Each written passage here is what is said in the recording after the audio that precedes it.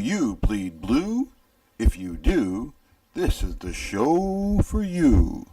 The Bluenote Fan Report, hosted by Aloha Blues fans, and welcome to the Bluenote Fan Report. I'm Guy, the Hawaii Blues fan, and I'm your host. Ooh, I got a good show. I got a good one today, but you know what? There's something that you have to do. Do you know what you have to do? Just like everybody loves Allen, and Allen's great, and it's the defense that lets him down, you got to subscribe to the Hawaii Blues Fans channel. It's a great channel. It's a great show. Everyone loves the Bluenote's Fan Report. This is the dawning of the age of the Hawaii Blues fan and Bennington. Ring the bell for him so you get the notification, 'cause it's the dawning of the age of Bennington. I don't know why Allen's still on this team, and I don't know why you haven't raised your thumbs up to let the Hawaii Blues fan know that you like these videos. I don't even know if I like these videos. I don't know if I like anything about the Blues, but I'm here. Well, after you've done that, and make sure that you start leaving me some comments, and watch this to the end, because I have a surprise at the end. I have a St. Louis celebrity.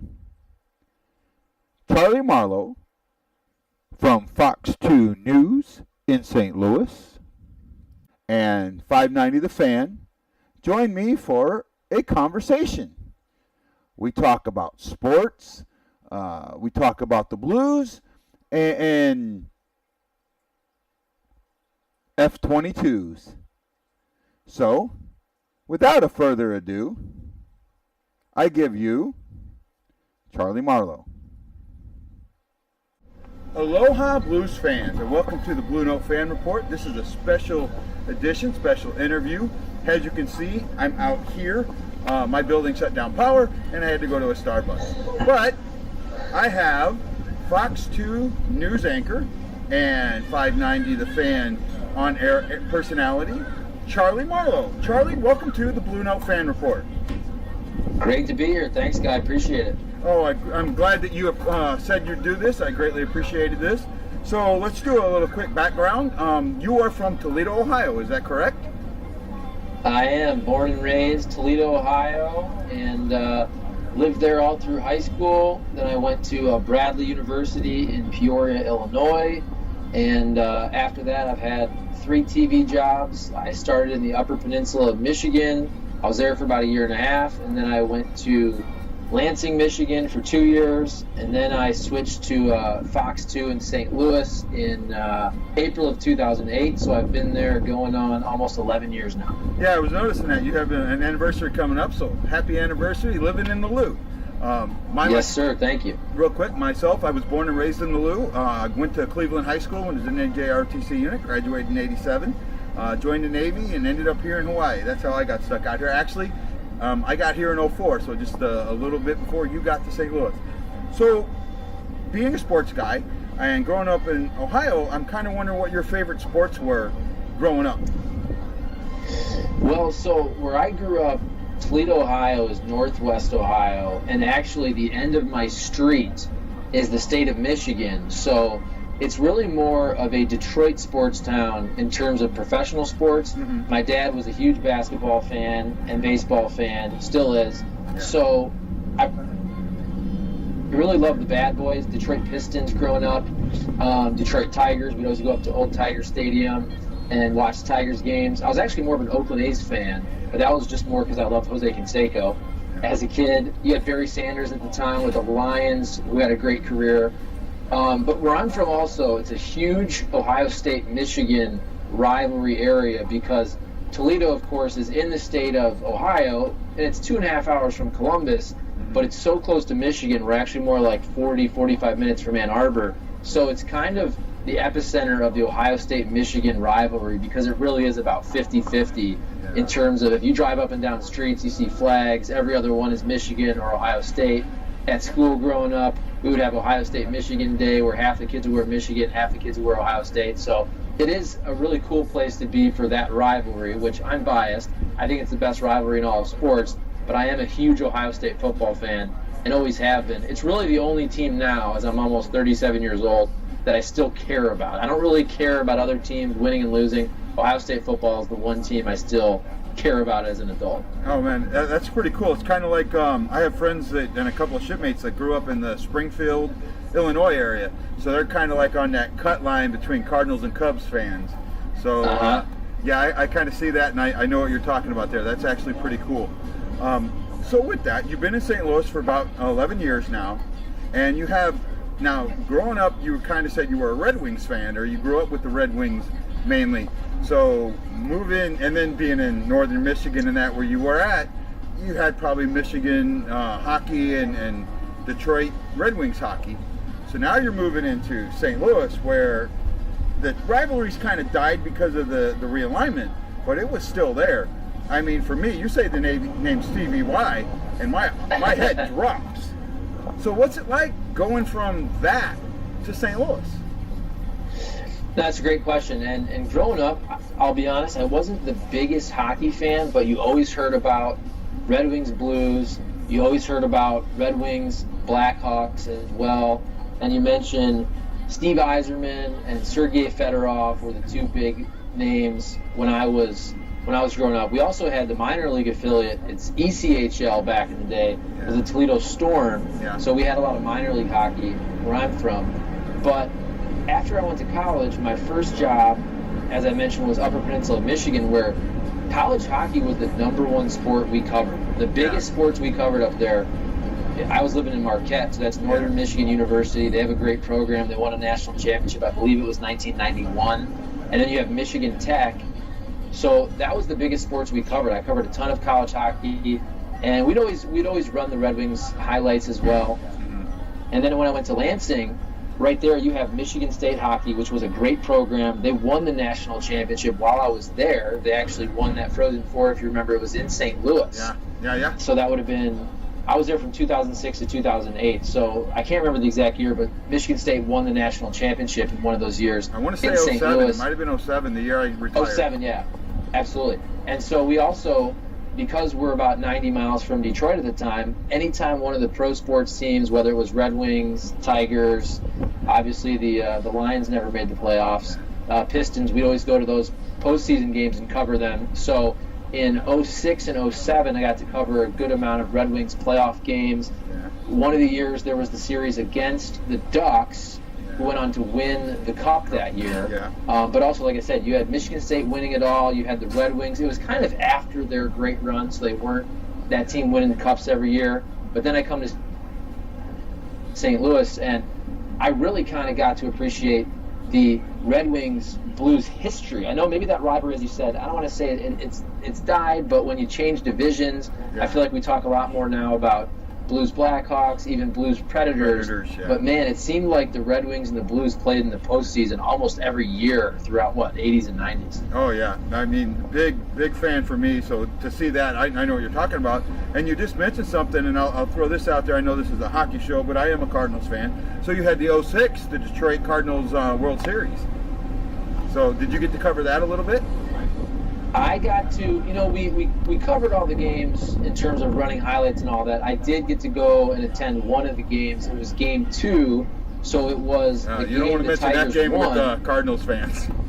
Right, and it was the scuff game. If you remember, it was the Kenny Rogers scuff game where he had the pine tar on his hand and on his hat, and I remember it was terrible weather because we were actually sitting out there in the outfield. That was where the auxiliary press box was, and it was sleeting or raining or borderline snowing. But that was my first World Series game. It was game 2, and it was the only game in that series that the Tigers won. Well, that's a good game for someone who's a Tigers fan. It's a sore spot for Cardinals fans.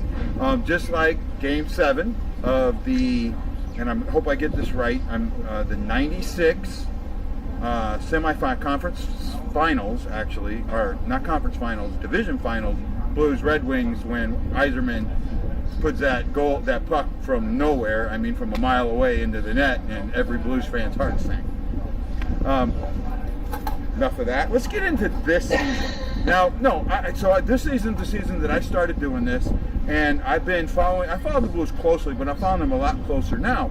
So when the season came in, I looked to see if I could find your prediction or how you were feeling about the Blues, and unfortunately I couldn't. So at the beginning of the season, what was your initial prediction, or I'm trying to come up with a good word here, your response to what you thought was going to happen in the season?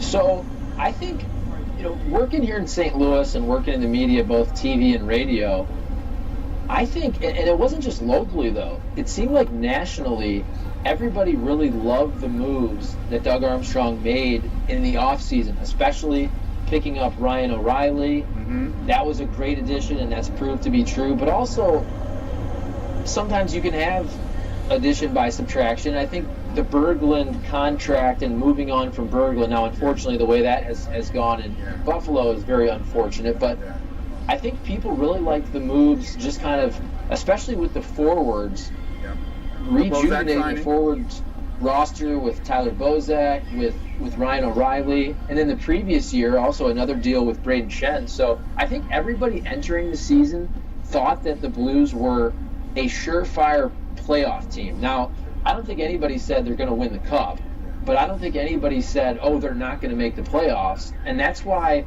the way the Blues started was so shocking. And we just talked with Doug Armstrong after the trade deadline, and he even said, this is right in the middle or right after that 12-game winning streak. And he said, look, guys, this isn't sustainable. They know they're not going to win every game. They were super hot there, especially in the month of February. But what Doug Armstrong said, which I thought was telling, was he said, look, I was much more surprised by how we played in November, early in the season. Yeah. I don't think anybody expected the Blues to dig themselves that big of a hole. And now we're starting to see the team come to fruition, which we all thought it would, and be a team that was in the playoffs. Not necessarily saying they're going to win the Cup.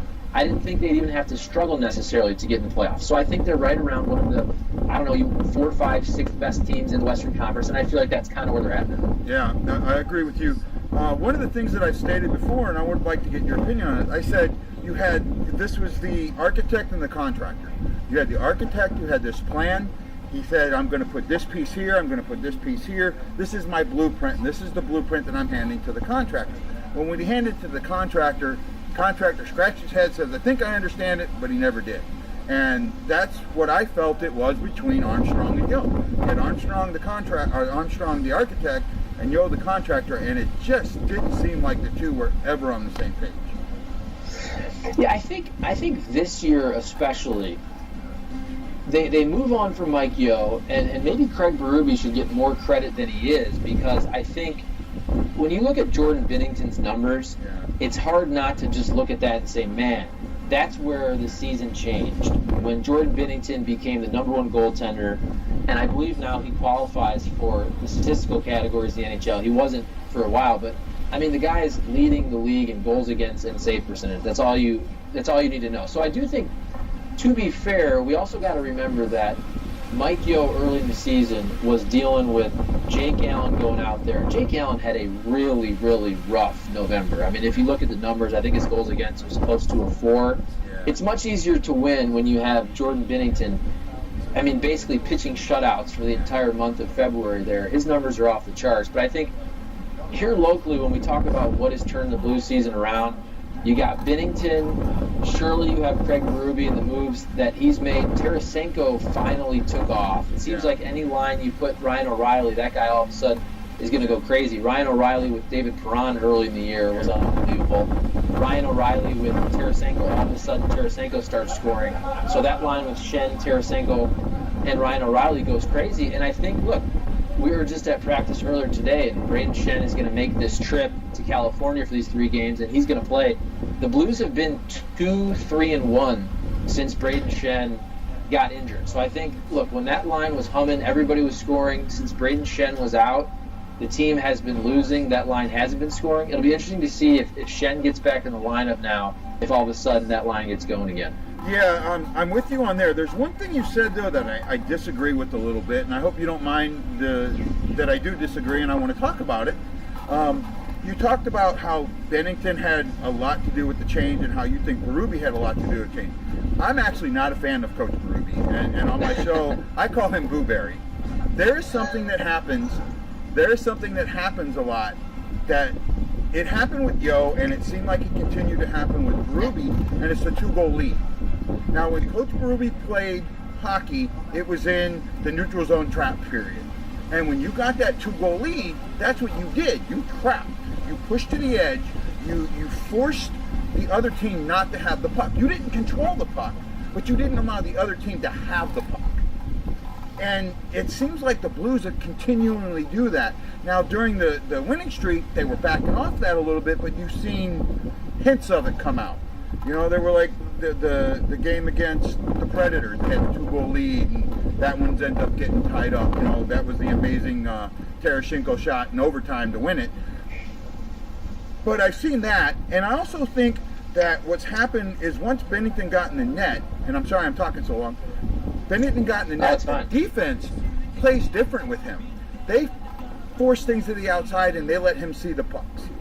Allen, they stay inside. They let Allen get most of Allen's goals are actually scored from right inside the crease, from the prime area. They're not the outside goals. They are there every now and then, but Bennington's goals all seem to come from the outside, with a few exceptions. So, I mean, do you see that? I mean, you get to break this down a little more than I do, so that's kind of what I'm thinking there. Yeah, I just think also with Jake Allen, the knock on Jake Allen, and I think rightfully so, was also that he would give up that bad goal. Yeah. And I think sometimes the guys playing in front of you, do you play differently? Do you not play as confidently, knowing that if I make one mistake, all of a sudden it's in the back of our net? Whereas Jordan Binnington was really making some big-time saves. I mean, and in the shootouts, and he was making some amazing saves. For me, it would be hard not to play with a ton of confidence, knowing that, look, I can take a few chances maybe. I can maybe be more aggressive trying to score on the other end, and if my guy gets behind me, I have more confidence in my goalie making that big save right there. And that's where, look, nobody would deny that Jake Allen can be really good. Yeah. It's a consistency thing. I mean, a couple years back, there was a playoff run where Jake Allen was the best player on the Blues, but up until this year, you remember 2 Januaries in a row, he basically mentally he had to not go on a road trip at one point just because he kind of just lost his game mentally. And so there's a lot of peaks and valleys with Jake Allen's game.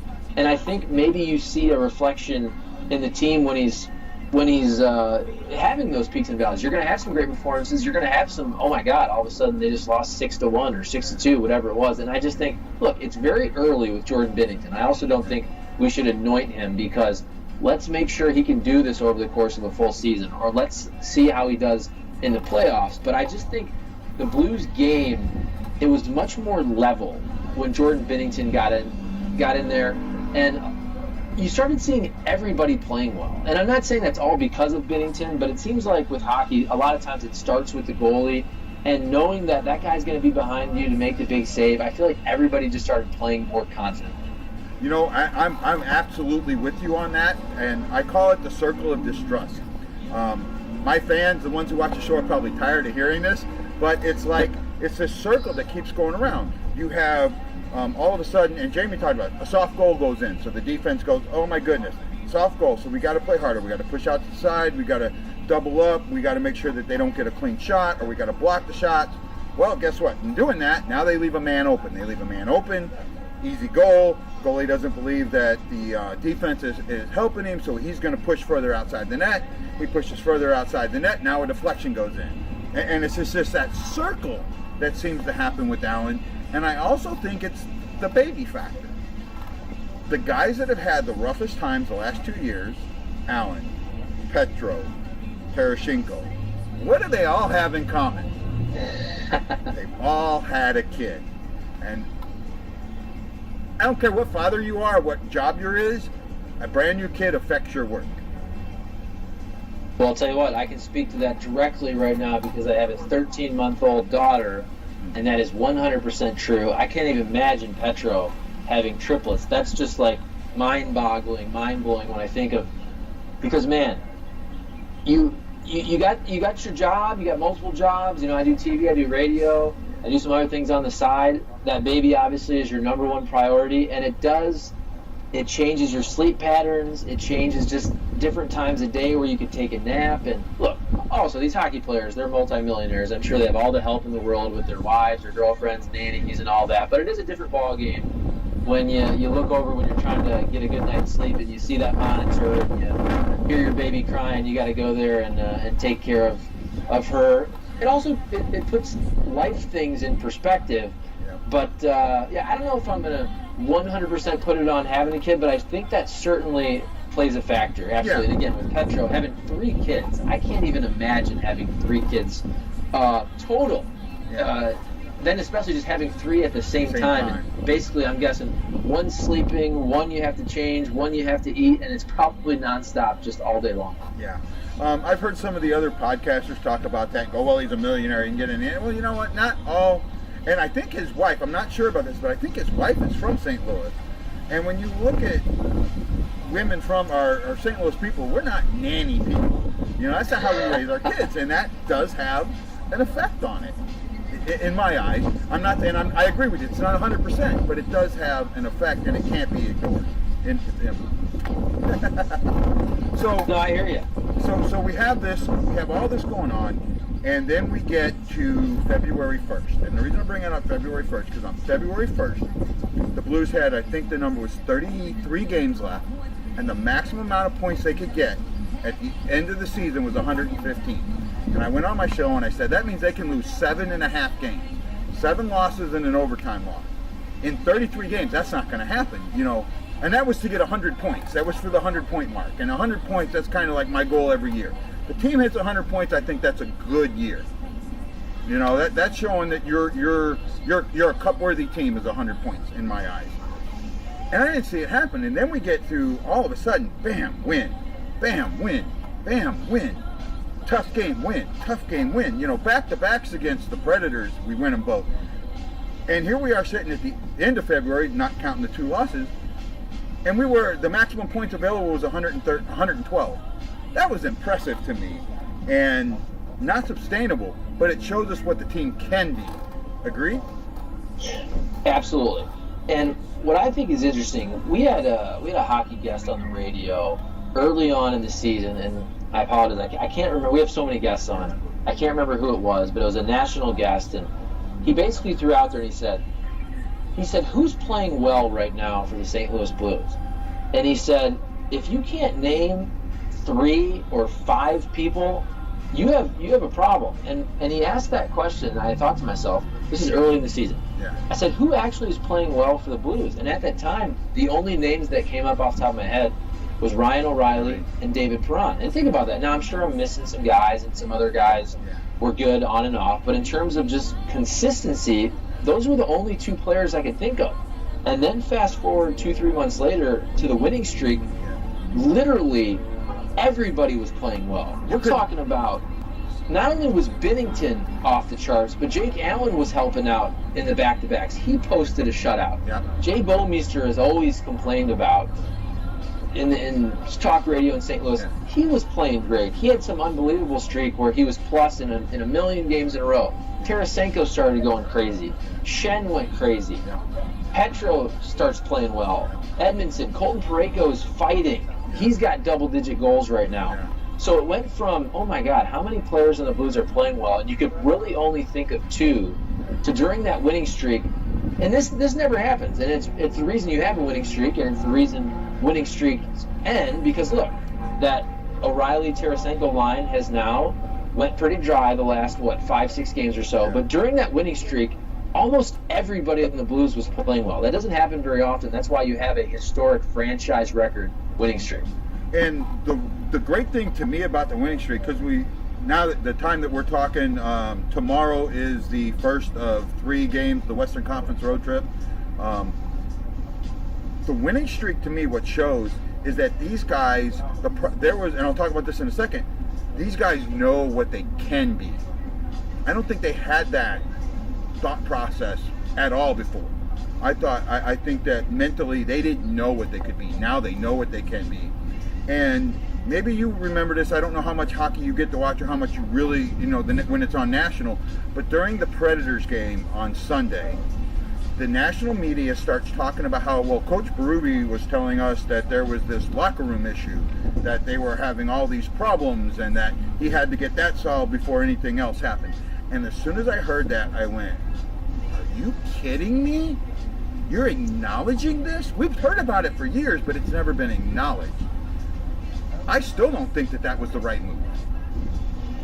For Coach Berube to say that? Yeah. I think, look, this team needed a wake-up call, though.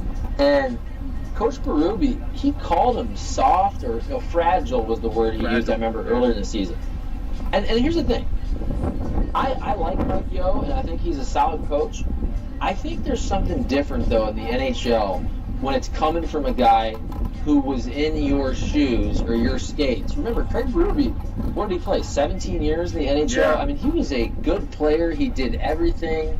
He fought for his teammates when he had to. And I just think what I like about Craig Berube is he's no nonsense. They call him Chief. He's not going to give you the greatest sound bites. He's very matter of fact. But I feel like he treats everybody the same. Whether you're Vladimir Tarasenko making whatever he makes, $7.5 million, or the guy who's the healthy scratch, somebody like Sammy Blais, who's back and forth between San Antonio and St. Louis seemingly every day.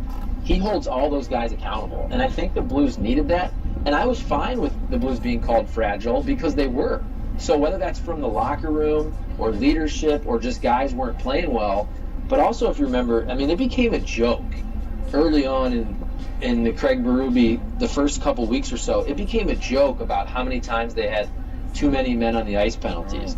Yeah. And we kind of would always discuss it on the radio. Is that coaching? It sure seems like coaching. And people would say, oh, that's the first sign of a team that's really in crisis.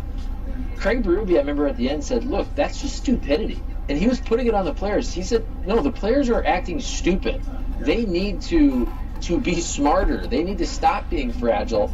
And I don't think every head coach can say that. I think sometimes when it's coming from a 17-year or whatever it was, veteran of the NHL, a guy who's been there, I think that just means more. So, again, I'm not saying it's all because of Craig Berube, but I think he's definitely been a positive influence on the Blues. And now we have to see with him, can he also sustain it? Because don't you think, Gus, or a guy with most teams, when you add a new head coach or a manager, like with Mike Schill, there's always that honeymoon period. Usually when you change coaches or managers, there's always a wake-up call in the organization, in the locker room, in the dressing room. So the Blues have finally responded. Now it's, can they sustain it? Can Craig Berube get them to the playoffs, maybe win a round or whatever it is in the playoffs? And who knows, maybe he'll be here beyond 2019 if there's some success in the postseason for the Blues. For me right now, my love affair or dislove affair of Craig Berube, this road trip and the next couple of games, this next 2 weeks is important to me. Because you had the winning streak, and now you've lost a few games. You lost 2 games in a row where one was really winnable, right? One was really winnable, and you should have won it. And the other one, you just didn't do the things you needed to do at the right time. But now you have the Kings, the Ducks, the Sharks, and I forget who they're playing right after them. But it's all Western teams or Eastern teams. You're not playing. You only have 2 games left in your division. Losing streak, winning streak, losing streak. Now, how do you respond? This is why I think the next, I'd say 6 games are so important. You have to. I think he needs to go 4-2 no matter what, or 4-0-1, 4-1-1, 4-0-2, 4-2-0. But he's got to win 4 solid. He needs 8 points out of that. You're kind of think I'm on the right track? Absolutely. And I think also teams, I guess good teams don't necessarily do this, but sometimes you see teams that play up to their competition or play down to their competition. For example, I would say Illinois basketball right now, they do that. They beat some of the better teams in the league, then they play some of the worst teams in the league, and they don't play well. So the goal for the Blues is what you just said, to not do that and to treat these games, even though you're playing some teams that are down in the standings, don't have a chance to make the playoffs, like in Anaheim. Obviously, they traded Michael Del Zotto to the Blues because they're out of it. The Blues wanted to add a depth defenseman. But look at that winning streak. The Blues weren't just beating Joe Bag of Donuts. They beat the Tampa Bay Lightning in that one zip game. That was an incredible game in overtime. They had the home and home on a weekend where they beat Nashville in both those games. So they were beating some of the better teams in the NHL. And now the point is, as the schedule gets a little easier, of course they're all professional hockey teams, it's the NHL, but now you have to keep your foot on the gas pedal the same way as if you're playing a high intensity game against Nashville or Tampa Bay when you start to play these lesser teams, because they all count the same for 2 points. Now you're not going to have as many 4-point games, which is great in the division right there. Looks like you got a hurricane coming. Yeah, I apologize about that. I'm about a mile and a half from Hickam Air Force Base, so Okay. I have the F-22s going over my head right now. So Awesome. I'm not going to have to talk. Just give this a second for them to do their circles, because I mean they're miles away, Hey, but I you know can't hear you at all. No, it's cool because it's good ambiance. Here I am in St. Louis. It was snowy this past weekend. It's 25 degrees. It was like 7 degrees. Yeah. So the fact that I get to see the airplanes, I can see some palm trees. It reminds me of Jupiter, Florida. I was down there for Cardinal spring training a couple weeks ago. So you got great ambiance there with the palm trees and the wind and all that. Well, I appreciate that. So right now, I think I like how you and me, I think we're thinking on the same wavelength, which is great. And with that, I'm going to start asking some questions about your experiences being a sports anchor, sports reporter, if you're okay with that. Absolutely. So, question number one, and I might have some hard questions. I can't answer, I understand. But question number one, who is one of your favorite sports personalities active that you've had a chance to be around, to interview, to interact with? Okay, favorite personality. That's a great question, because you want a great soundbite. You want guys who are good with the media, because you're a big hockey guy. Now he's not with the Blues anymore, but Ken Hitchcock was an absolutely great soundbite. I think he liked talking with the media. I think he liked getting his message out to the media. He was a great storyteller. He always had a funny story or an anecdote. Yeah. So Ken Hitchcock was always great. Now, I came, when I started in St. Louis, at the tail end of Big Walt, Keith Kachuk. Yeah. He's always funny with the media. Still now, he's always a guest on a lot of the radio shows, and obviously has 2 kids in the NHL, and he still works for the Blues, lives here locally. Robert Thomas is actually living with Big Walt in his house right now, so he's always great. I'm the type of person that, look, I'm fine if you give me great information, but I like to laugh. So I want somebody who's going to have fun and be lighthearted. So, I mean, with the Blues right now, Ryan O'Reilly's great with the media. He always does his interview sessions. I wouldn't say he's overly funny. He's kind of matter of fact, but he's a good guy. So I'm trying to think on this current Blues team, who are the guys that kind of like to be lighthearted and make you laugh. Colton Parayko is good. But Ken Hitchcock was always great for all the years he was here. So I don't want you, because I know you have an active relationship with a lot of guys, so I don't want you to give me somebody active, but somebody in the past that you just dreaded having to go up and ask this person a question. That it's just, you knew that when you asked this guy a question, you were going to get one of them yes or no's. It was pulling teeth to get something good, and if you could avoid him, you would, and you hated the day that he was one of the toppers. You want me to stick with hockey, or you want me to go other sports? You can go other sports. Yeah, you can go other sports. Okay. See, I'm trying to think if anybody for the Blues was like that, and I really can't think of anyone.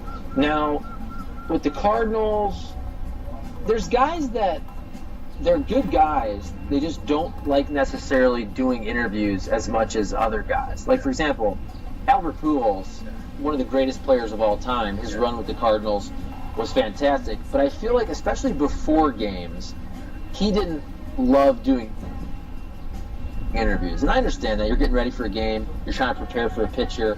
Maybe a media member's going to ask you a question like, hey, you're 1 for 12 against this guy. And then you get some negativity in your head. So I feel like Albert, before the games, wouldn't love doing interviews. But it wasn't like he was mean to you once you did the interview. You know what I'm saying? I guess in my time, I've had pretty good luck with, I can't remember anybody just being a total a-hole to me. You know what I'm saying? But certainly there are guys that like to do interviews more than others. I mean, for example, Yachty's the same way. Yeah. Yachty's a great dude. He's basically the king of St. Louis. He can do no wrong. Everybody loves him. But if you asked him, I think he'd tell you that meeting with the media and doing a bunch of interviews is not his favorite thing in the world. And I understand that because, look, some guys are shy. You have a lot of times guys dealing with a second language. Maybe they're not comfortable speaking that language or being taken out of context. Yeah. So I don't think just because people aren't good with the media or aren't good talkers, it doesn't necessarily mean they're not good people. Some people love marketing themselves. You have a lot of these players who maybe they want to be in the media after the fact, and they know that if they give good answers, if they're funny, if they always want to be guests on radio and TV, then hell, they'll have a nice career after playing hockey or baseball and working for MLB Network or NHL Network. Right. Yeah. Sorry, and I'm learning about not walking over you. I apologize about that. No, like it's I all said, good. I'm a complete amateur at this, and I'm just trying to get a little better. Well, now, there were good questions. Now, you mentioned Kachuk. Well, and he's like one of my, if I had to list 4 or 5 guys that I want to get on this show, that I could do anything to talk to them for half an hour, he's at the top of my list. Sorry, I just kind of went blank. My ADHD just took effect. It's all good. Yeah. We'll edit it out. Yeah. Well, I try not to edit things. That's the other thing I try and do with these interviews. I try not to edit them. Even the bad stuff sometimes is good. There you go. Now with that, I have another question I'm going to save for the end.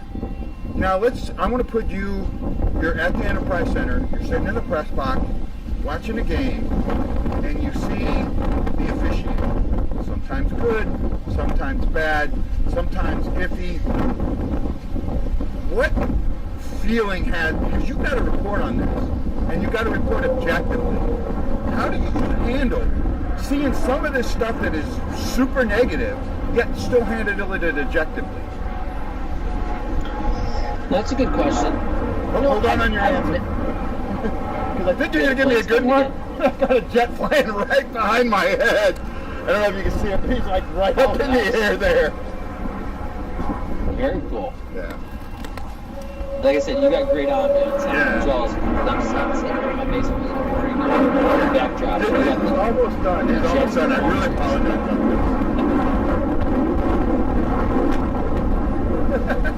See, this is the stuff that makes my interviews more fun. You just never know what you're gonna get. Oh, it's different. I love it. I love it. No, but you're asking about the officials, and this is with all sports. I've never been. Hold on, I don't mean to walk up. My question isn't just go. with the officiating. It's how do you be objective when it's really hard to be objective, right? And I'm going to throw an example at you. We'll talk about this play real quick. The official sees a height stick, throws his hand up, right? Penalty. Now the Blues pull their goalie because supposedly once the other team touches the puck, play stops. Well, if something would have happened that puck would have gone in the net, it would have counted as a goal. Yet at the end, the official goes, "Oops, sorry, no penalty." I'm ready to strangle the official. Yeah, my thing with officiating is you just want it to be fair. And I understand we all look through the lens of the team we root for, or even the teams we cover. I mean, let's be real. We care more about the Blues than their opponent. We care more about the Cardinals than their opponent. Mm-hmm. I will say, and maybe this is more geared towards the teams and not the officials, I do think the fact that I didn't grow up in St. Louis, like, I always root for our teams to win. I want the Cardinals, the Blues, Mizzou, SLU to win. But I didn't grow up with that rooting interest. Yeah. So I think you can look at everything a little more objectively.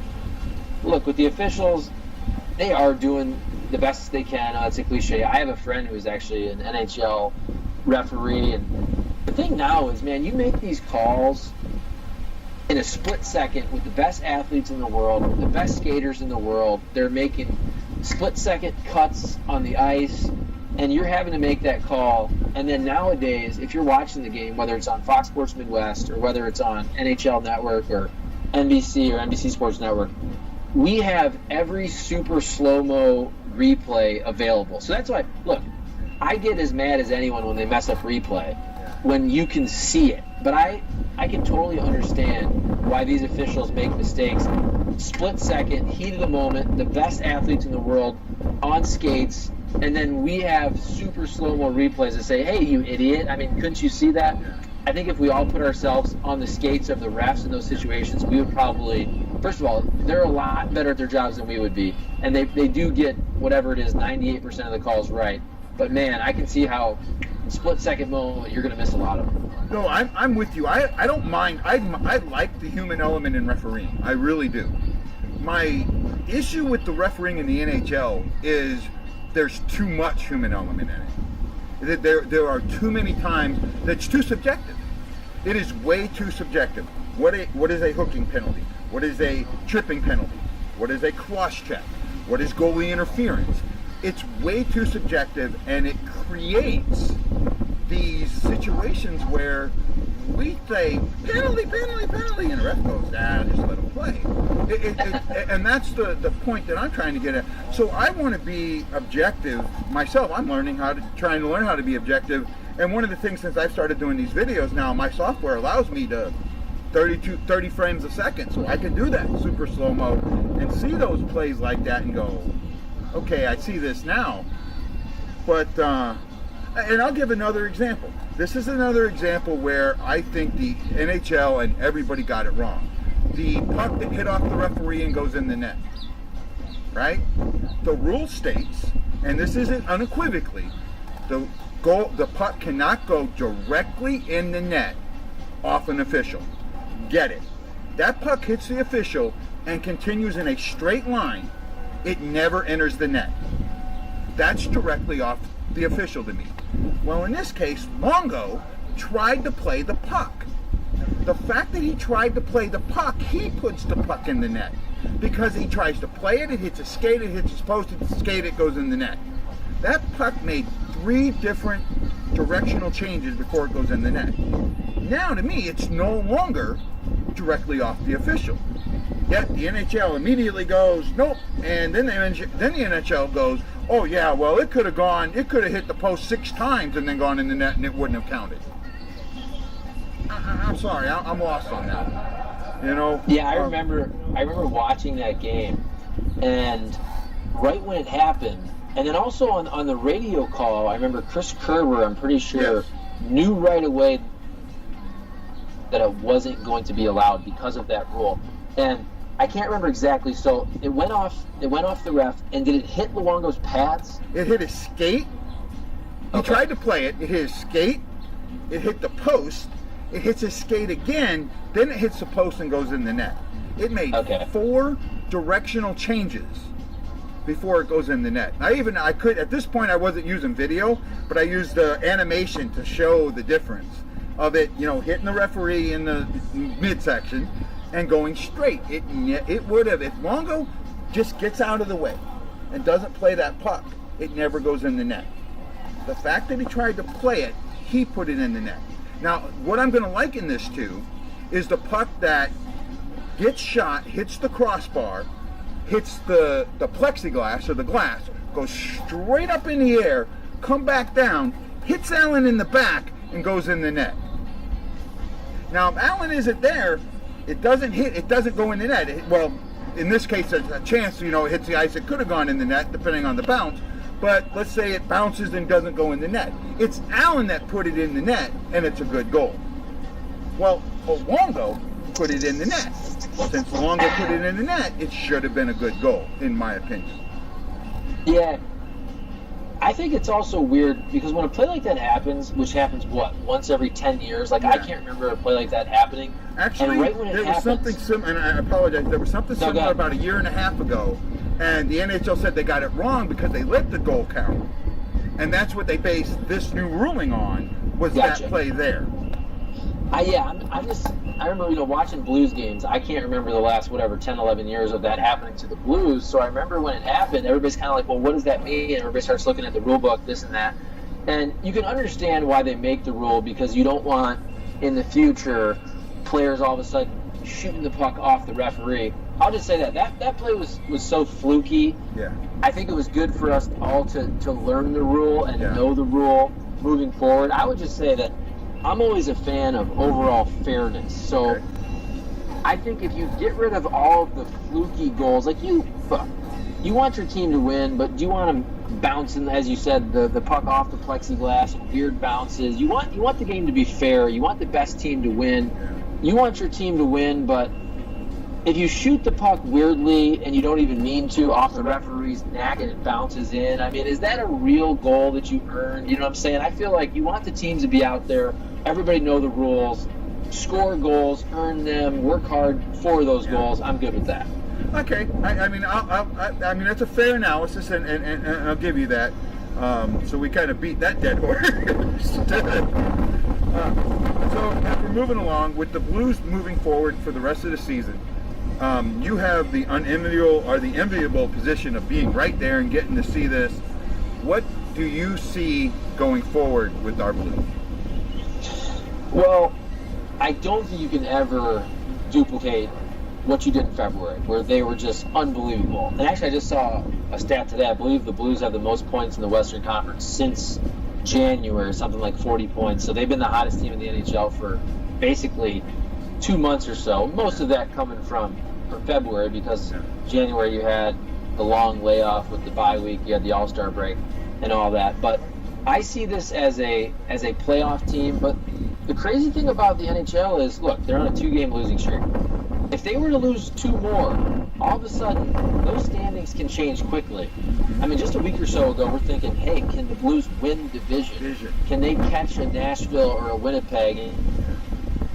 And when the Blues had all those games in hand, especially on Nashville there. And so maybe fans get a little worried after a 2-game losing streak. I still think this is a playoff team.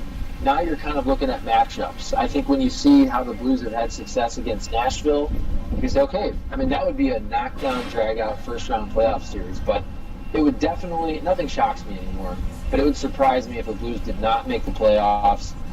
If they right the ship here, Braden Shen coming back, playing a lesser schedule, hopefully Perron comes back, he's not making this road trip. But the fact that he's been skating for the last week or so, he was on the ice today. It looked like he was doing everything. I was at practice today, but he's not making that trip. So maybe David Perron is back in the lineup after these 3 games. Who knows? You have to think they're going to get him back at some point. Yeah. So, again, I think this team is going to be in the playoffs, and now it just comes down to, can you try to get back to the type of hockey where you were winning all those games?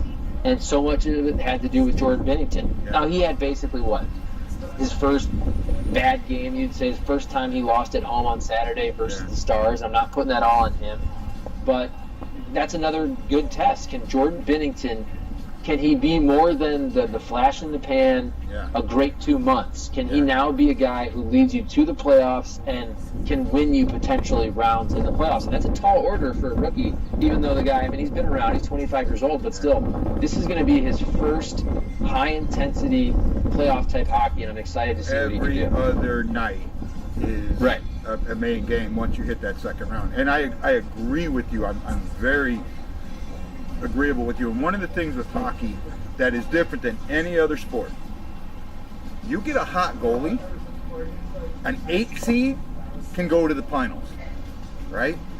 You look at Anaheim a few years back with Guy Hebert. You look at with Pittsburgh 2 years ago, with not Fleury but Murray. Murray got hot. I mean, they were a good team, but I didn't think they were a cup team. Murray plays out of his skin, and they're a cup team. So if one of our goalies did just do that, we make a run. But I think just trying to not be a fan, we're at least a second round, if not a conference finals, in my eyes. I don't disagree with you. It's just that with the hockey playoffs, especially since they changed to the divisional matchups, you're not playing 1 versus 8 anymore. And that's where, man, like, think about a couple years back when the Blues make their run to the West Finals. And they play a dang good Blackhawks team in the first round. That series goes 7 games. The Blues obviously win it, but that was anybody's series. And that was the first round. And you can certainly make the case that was a tougher opponent. That was a tougher series than the next one versus Dallas. So I agree with you, but man, like, if the Blues play Nashville in the first round and it goes 7 games and they lose that series, they still could be a West Final caliber team. But guess what? So is Nashville, the team you played. Even though you dominated them in the regular season, they went out. They made 2 moves. They got a couple forwards. Yeah. Pretty They top got Simmons type and then guys. Simmons and Granlund. Granlund from the Wild. And the Blues basically stood pat, and I understand that because they were on a run. You have cap issues. You also expiring contracts. It just didn't make sense this year. In years past, it made sense to trade a Stastny to get a first-round pick. It made sense to trade a Shattenkirk to get a first-round pick. The Blues, there weren't a lot of moves for them to necessarily make. So, look, it wouldn't surprise me if they lost to Nashville in the first round and it was a hell of a series, and they still had a really good team that could make a run. But you're in the NHL in the first round, the way they do the playoffs right now, you're meeting a darn good team right off the bat. Yeah, that was one of the things with the new playoff format that I really didn't like, because you're taking a cup-level team out of the first round no matter what. You're taking 1, 2, or 3 cup-level teams out of the first round no matter what. And that's kind of iffy in my eyes. I did like the 8-1, the reseeding playoff format, but I thought in some ways it gave that 8 seed an advantage. And the advantage was, what do you got to lose? If you go put everything out every night, the best you can play every night, and you lose, so what? You were expected to lose. Now, you can't do that. Every team has something to lose, even that second wild card spot, because it's so compact. Exactly. And what you said earlier about a hot goaltender is 100% true. And that's where, in my opinion, hockey is different from almost every other sport.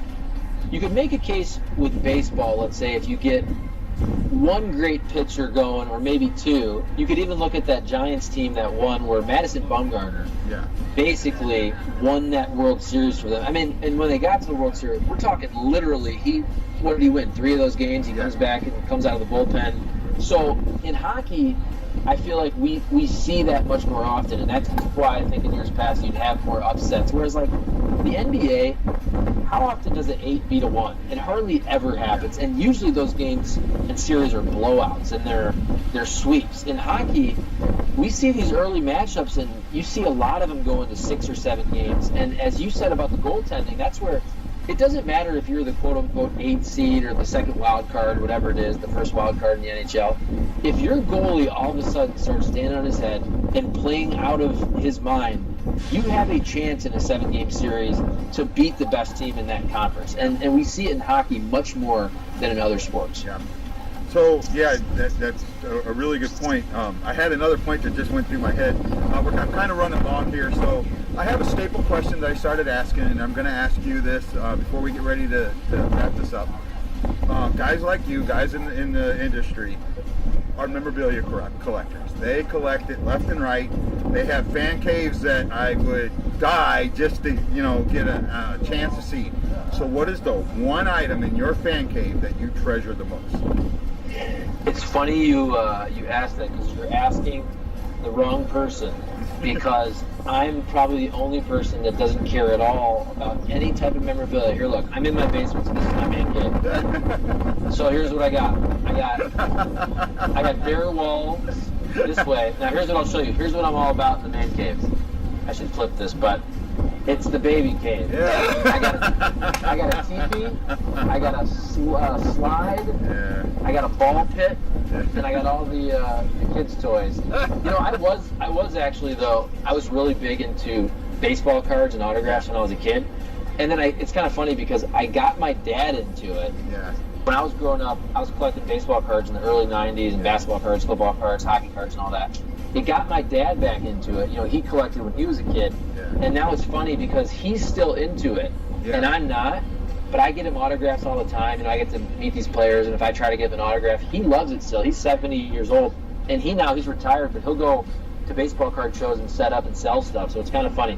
I'm just weird like that, where if one of my friends or family members asks me to get an autograph, I always try to get it for him, and these players are good about it. For whatever reason, I just don't care about the memorabilia anymore. I don't have jerseys, I have no autographs. I kind of just don't care about any type of inanimate object there. I don't like clutter. Maybe that's the reason. I mean, I gotta be honest. That surprises me because I was dead certain you were going to tell me it was an Ohio State jersey or something from Ohio State that you got from one of the championships, or you got one of those. I think it's Ohio State gave out the ring every year that they beat if they beat Michigan, each player got a ring or something. I've seen that gold on pants. Yep. I've seen that on Pawn Stars a couple of times. So it really surprises me. But you know what? Sometimes that's fun, and if you ain't got it, you ain't got it, and that's good. It just shows that you keep your objectivity by not doing that. Well, I will say this: I'm big on memories and experiences. And don't get me wrong, I have Ohio State jerseys. I got a couple shirts to wear to the games and all that. But the biggest moment and the most fun of my sports casting life, I got to actually go to the first ever college football playoff when Ohio State won it all down in Dallas and beat Oregon. I went there because Ezekiel Elliott, the great running back, is from St. Louis. So, I got to be there and watch my favorite team, the only team I care about, win the national championship. I got to cover that game. I got paid to watch that. So for me, nothing tangible, no jersey could ever come up to that experience of actually getting to be there and watch that team and see the confetti come down and all that. So, like I said, I'll have those memories and those experiences, and I'm fine. Anybody else, you can have the shirts and the jerseys, the autographs. Like I said, I like to just have the nice, clean, boring walls here. Okay, so with all that said, now when you're out and you're not thinking about it, if you think about it, the Hawaii Blues fan will take anything you want to send his way. All right. I'll tell you what, after this or right now, let me know. And like these Blues players, I was just last week on the Blues off day. They had played 3 games in 4 days. They had played Saturday, Sunday, and they were playing again Tuesday. Tuesday, yes sir. On that off day Monday, I was at a school, Promise Christian Academy, a school with special needs, and Vladimir Tarasenko was there. He and his wife Yana signing autographs for all the kids, meeting with the kids, making these kids' days with the autographs and the hats and all that. All these, most all these athletes in town, Cardinals, Blues, when we had the Rams, they're really good at getting out in the community and signing autographs. So you wanted Tarasenko? I got you. I can hook that up for you. I can get you one. I appreciate it, man. I can't, Charlie. I thank you enough for coming on and talking. I hope I've asked some good questions. I hope that you've enjoyed your time with me. I hope you've enjoyed the ambience. I apologize for having to do this outside during the day. Cool. I guess one last question is, what would you want St. Louis fans to know about you? So guys see you on, my show doesn't get out to a lot of people yet. I'm hoping someday it blows up. But for the guys that see you on TV and you're in house, what is something you would want them to think about when you're when you're on TV or on the radio? All that I would say is I hope I come across this way. That is somebody who takes my job seriously, but I don't take myself seriously, and also I feel like I have a good perspective of what my job is, which is, look, you said you were in the military, right? Yes, sir. We're not doing important things. Sports are important because it's important to the fans in St. Louis, but you got to put things in perspective. I mean, to me, the greatest sportscaster in the world is not more valuable than the worst teacher or the worst nurse. Do you know what I'm saying? Like, I have a fun job. I get to talk about sports, but it's pretty meaningless in the grand scheme of life. So I would hope people think that I have fun with sports. Our job is to basically give you a little break from your busy life or whatever's going on at work, or if you're stressed out. And that's why I think people love sports, to be able to get a break from life for 2-3 hours and root their team on and all that. So I would just hope that people think that I'm not full of myself and, I'm the smartest man in the room. It's sports, it's fun, it's supposed to be fun. Let's laugh at each other, let's laugh at it. And that's basically kind of how I look at doing TV and radio. Well, you bring up a really great point, and I hope maybe I can change your mind a little bit. So if you don't mind, a quick experience. All right. So I joined the Navy in 1987 and I served in 2007. So I was in the Navy during the Gulf War. And during the Gulf War, back then, we didn't have the satellite TVs and the satellite radio. We got satellite radio, but it wasn't, you didn't get it all the time. It was very here and there. So what we used to get are these teletypes, right? And they would have the news. They'd be rolled up and they'd have the news on it. And you'd get them about 3 days late. So for me, I was in an atmosphere. I spent 45 days in a minefield.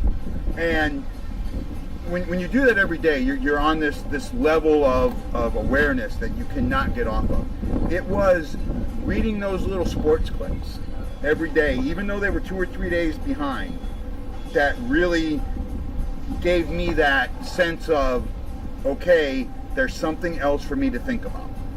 So while you look at sports as not that important, I'll tell you, to the majority of the guys in the military, it is the one thing that we know that we can talk about to somebody else, and it's not about the job that we have to think about every day. And that is why I couldn't wait to talk to a sportscaster about what they do, because during those days when I did get that news or get that write-up, it was so refreshing for me to hear it.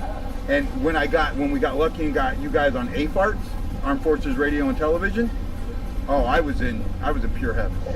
So I just wanted to put that out there. I hope I didn't spoil your thought process. No, that's great. And I think you put it in great perspective there, and that's kind of what I was trying to say is we're hopefully, whether it's sports, radio, making people laugh during their day on their drive to work, or you guys overseas who are doing much more important jobs, we're just trying to make people laugh or give them some information or give them some entertainment. So yeah, that's the goal. But what I was saying is, if we're providing you with some entertainment, that still doesn't, it pales in comparison to what you're doing. You know what I'm saying? And just the grand scheme of importance of like, my parents, for example. I mean, I'm a sportscaster and it's fun and I like it. My parents both worked at hospitals their whole lives. My mom's a nurse, my dad's a social worker. Yeah. And it doesn't matter how much money you make. Yeah. I mean, it's to me, it's the impact. So I'm glad you said that, and that's cool.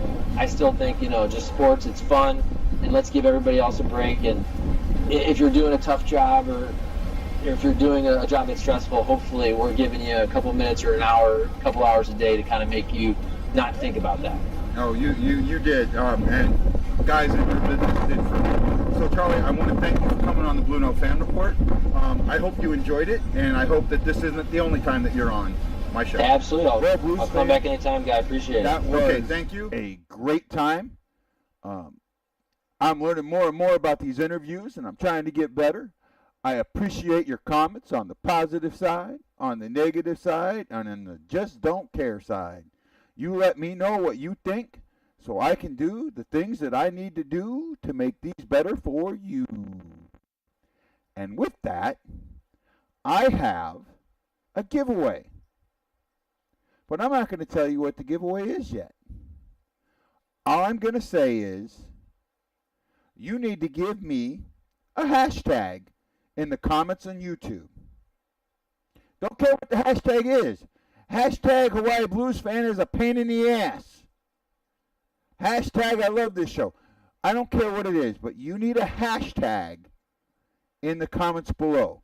Any hashtag with words behind it in the comments below will enter you in the giveaway.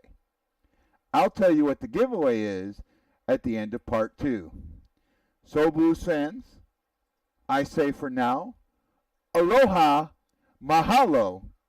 Don't forget that I'm bleeding blue with you, and let's go Blues.